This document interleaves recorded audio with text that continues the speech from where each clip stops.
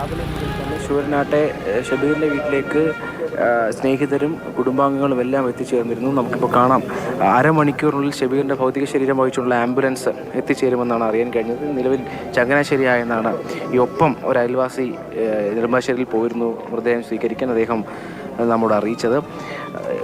ഒറ്റ വാക്കിൽ ഈ നാട്ടിൽ വന്ന് ഷബീറിനെ കുറിച്ച് ചോദിച്ചപ്പോൾ ഇവരെല്ലാവരും പറയുന്നത് നല്ലൊരു ചെറുപ്പക്കാരൻ എന്നാണ്. എല്ലാവർക്കും യാതൊരു ഭാവവ്യത്യാസമില്ല, അല്ലെങ്കിൽ വാക്കുകൾ പോലും വ്യത്യാസമില്ലാതെയാണ് അവർ പറയുന്നത് നല്ലൊരു ചെറുപ്പക്കാരനെന്ന്. കാരണം ഈ നാടിൻ്റെ എല്ലാ കാര്യങ്ങളിലും ഇടപെടുകയും അദ്ദേഹം 10 വർഷം മാത്രമേ ആയിട്ടുള്ളൂ ഈ വീട് വാങ്ങി, ഇപ്പോൾ ദൃശ്യങ്ങളിൽ കാണുന്ന ഈ വീട് വാങ്ങി സ്ഥലത്ത് താമസം തുടങ്ങിയിട്ട്. അത്തരത്തിൽ ഈ വീട്ടിലേക്ക് എത്തുന്നു, ഈ നാട്ടുകാരനാകുന്നു. 8 വർഷം നീണ്ട പ്രവാസ ജീവിതമാണ്.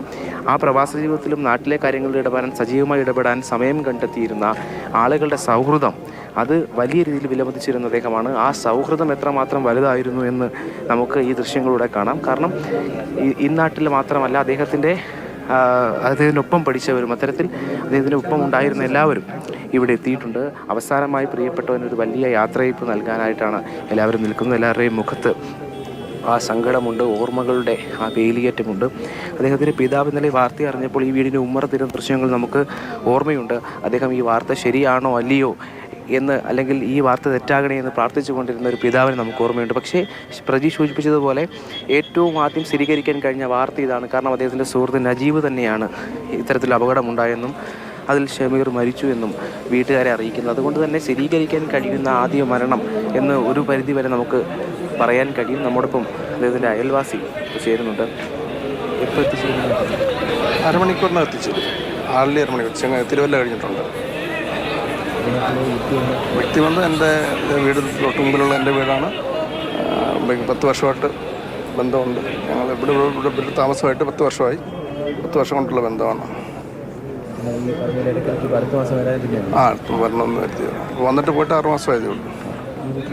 ഈ വീട്ടിൽ അമ്മ, അച്ഛന്, അമ്മ, ഒരു അനിയന്, വൈഫ് പത്തനാപുരത്ത് നിന്നാണ് വിവാഹം കഴിച്ചിരിക്കുന്നത്. അവിടെ നിന്നാണ് പഠിക്കുന്നുണ്ട്. 2.5 വർഷം കഴിഞ്ഞ് വിവാഹം കഴിച്ചിട്ട്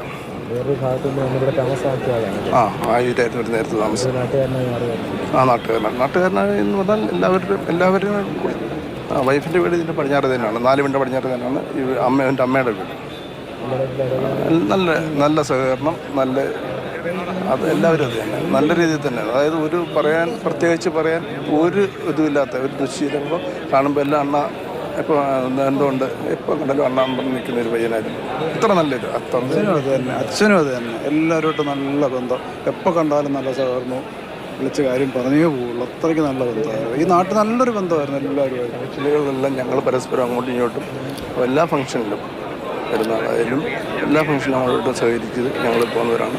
അതുപോലെ തന്നെ ഒരു പച്ചക്കറി ഉണ്ടായതിന് അധികം ഉണ്ടെങ്കിൽ വീട്ടിൽ കൊണ്ട് തരികയും അവിടെ നിന്നോട് കൊണ്ടുവരികയും ഞങ്ങൾ അങ്ങനെ സഹകരിക്കുന്നവരാണ് ഈ നാട്ടിൽ എല്ലാവരും. അത്രത്തോളം സഹകരണമുള്ളവരാണ്. അതുതന്നെയാണ് പ്രതീക്ഷ. ഓർമ്മകളിൽ ഒരുപാട് കഥകൾ അവർക്ക് പറയാനുണ്ട്. അത് ഒത്തൊരുമയുടെ അല്ലെങ്കിൽ ഒരു സ്നേഹം പങ്കുവെക്കലിൻ്റെ കഥയാണ്. ഞാൻ സൂചിപ്പിച്ചതുപോലെ 8 വർഷത്തെ പ്രവാസ ജീവിതത്തിനിടയിലും നാട്ടുകാരുമായി ഇത്രയധികം ബന്ധം സ്ഥാപിക്കാൻ കഴിഞ്ഞ തൻ്റെ ഉറ്റവരെ കാണാൻ നിൽക്കുന്ന ആളുകളെയാണ് ഈ ദൃശ്യങ്ങളിൽ കാണാൻ കഴിയുന്നത്. കഴിഞ്ഞ ദിവസം അപകടം നടക്കുന്നതിന് മുമ്പ് അദ്ദേഹം ഭാര്യ സുറുമിയെ വിളിച്ചിരുന്നു. സുറുമിയോട് പറഞ്ഞത്, ഞാൻ അടുത്ത മാസം തന്നെ വീട്ടിലേക്കെത്തും, നമുക്ക് വായ്പ അടച്ചു തീർക്കാനുണ്ട്. അത്തരത്തിൽ ചെയ്തു തീർക്കാനുള്ള കടങ്ങളെക്കുറിച്ച് ബോധ്യവാനായതുകൊണ്ടാണ് ജീവിതത്തിൽ 8 വർഷം അദ്ദേഹം പ്രവാസ ജീവിതത്തിൽ മുഴുകിയത്. അതിനപ്പുറത്തേക്ക് ഈ വായ്പയെല്ലാം തീർത്ത് തൻ്റെ സ്വപ്നങ്ങളിലേക്ക് നടന്നു കയറാൻ ആഗ്രഹിച്ചൊരു ചെറുപ്പക്കാരനാണ് ഒടുവിൽ ജീവഹാനി സംഭവിക്കുന്നത്. അയാളെ കാത്താണ് ഈ മനുഷ്യരെല്ലാം ഇവിടെ കൂടി നിൽക്കുന്നത്. ഏതാണ്ട് 1 മാസത്തിനപ്പുറത്തേക്ക് ഇവിടെ എത്തുമെന്ന് ഉറപ്പ് പറഞ്ഞതാണ്. അപകടം നടക്കുന്ന ദിവസം അദ്ദേഹം വീട്ടുകാരെ വിളിച്ചിരുന്നു.